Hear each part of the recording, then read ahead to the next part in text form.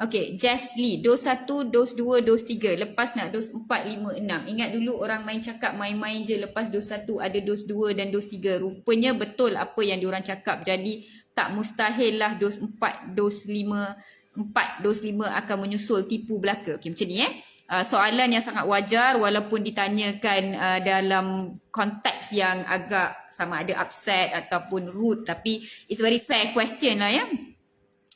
Saya nak cakap cuba you all pergi tanya dekat atuk, nenek, moyang you all, Tok Wan you all, cuba pergi tanya bila diorang dapat vaksin polio pada tahun 1950-an.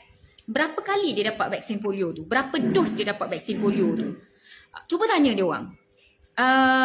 Kalaulah dalam tahun 1950-an tu, kalaulah ada Facebook, ada anti vaksin, ada macam-macam agak-agaknya Tok Wan, nenek moyang kita ambil dah dos polio tu, ataupun mereka kata baru lagi, saya tak nak ambil, saya tak nak jadi Shipli.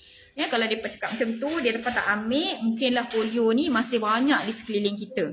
Cuba pergi tengok dalam sejarah. Tak boleh Dr. Mala je nak ajar semua benda. Pergi tengok dalam sejarah berapa kali vaksin polio diberi pada awal-awal itu.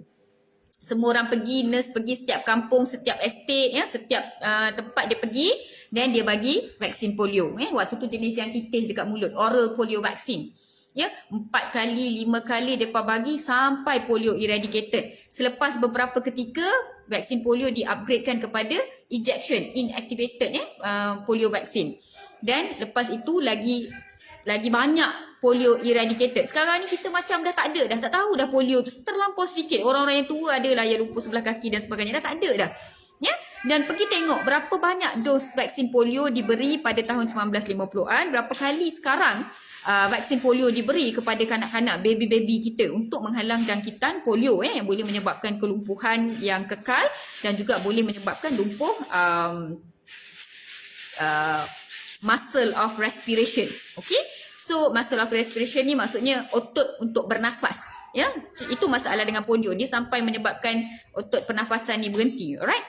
So pemberian beberapa dos untuk vaksin bukan sesuatu yang baru. It's common. Cuma saya fahamlah ramai rasa 2 dos dah lengkap, saya dah boleh keluar daripada pandemik. Jadi ramai yang frust dekat situ. Tapi macam saya cakap di awal live tadi, mungkin variant Omicron ini is a blessing sebab orang yang dah vaksin, it's not too bad. Kalau kamu setuju, ambillah booster. It won't be too bad and you will get more antibodies from there too. Hopefully kita boleh keluar. Kami pun tak suka nak vaksin-vaksin again, vaksin sakit lagi, demam lagi. Tapi if that is the reason, that is the way, then for me I have no problem. In fact, kalau typhoid kena ambil setiap 3 tahun sekali. That's okay. 3 tahun sekali pengendali makanan. Kalau nak buka restoran, nak buka franchise, nak buka coffee shop, you kena ambil juga 3 tahun sekali. Dan kalau nak pergi umrah, kalau nak bekerja sebagai nurse, doktor, kena ambil vaksin hepatitis B setiap kali antibody turun, kena ambil. That's okay. So tak salah pun kalau fast food boleh makan setiap hari, air manis boleh minum setiap hari, kalau makanan dengan garam berlebihan boleh makan setiap hari, Facebook boleh main setiap hari. Tiba-tiba je bila vaksin beberapa dos tak boleh terima. I faham ramai yang tak boleh nak faham the science behind, tak faham apa itu antibody fading, tak boleh terima. Tapi that is not, hanya kerana anda tidak boleh terima, ia tidak boleh menjadi sesuatu yang very wrong. Susah untuk saya nak explainkan secara mudahnya. Susah untuk saya nak explain dengan bahasa mudah untuk macam mana nak terangkan apa itu antibody fading. Kena faham immunologi dulu. Saya secara mudah je saya ceritakan macam rambut kita lah. Lama-lama rambut kita gugur. Takkan kita nak marah dengan badan kita.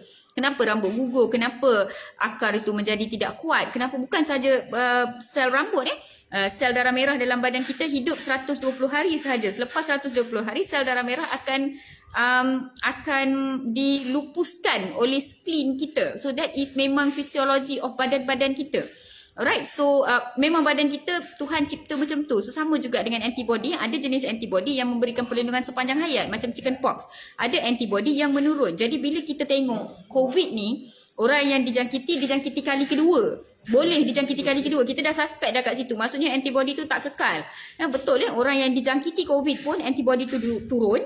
Dan orang yang divaksin dengan COVID pun antibody tu turun. Dan kalau kamu rasa vaksin COVID ini terlampau baru, saya tak nak ambil, dia masih dalam uji kaji, cuba pergi tanya dekat atuk nenek moyang kita yang mula-mula ambil vaksin polio dulu. Adakah mereka rasa mereka bahan uji kaji? Adakah mereka rasa apa kesan sampingan yang tok nenek moyang anda alami selepas ambil vaksin polio pada tahun 1950-an dulu? Sebab dia orang pun kena ambil beberapa kali, bukan sekali ya. Dan saya rasa generasi atuk nenek moyang kita sangat sihat dan mereka memproducekan kita sebagai generasi yang akan datang. Alright, so yang ada kesan sampingan ya selepas pengambilan vaksin, gastrik pun nak salahkan vaksin ya, sakit dada pun nak salahkan vaksin, semua nak salahkan vaksin, cek dulu dengan doktor, dapatkan pengesahan ya.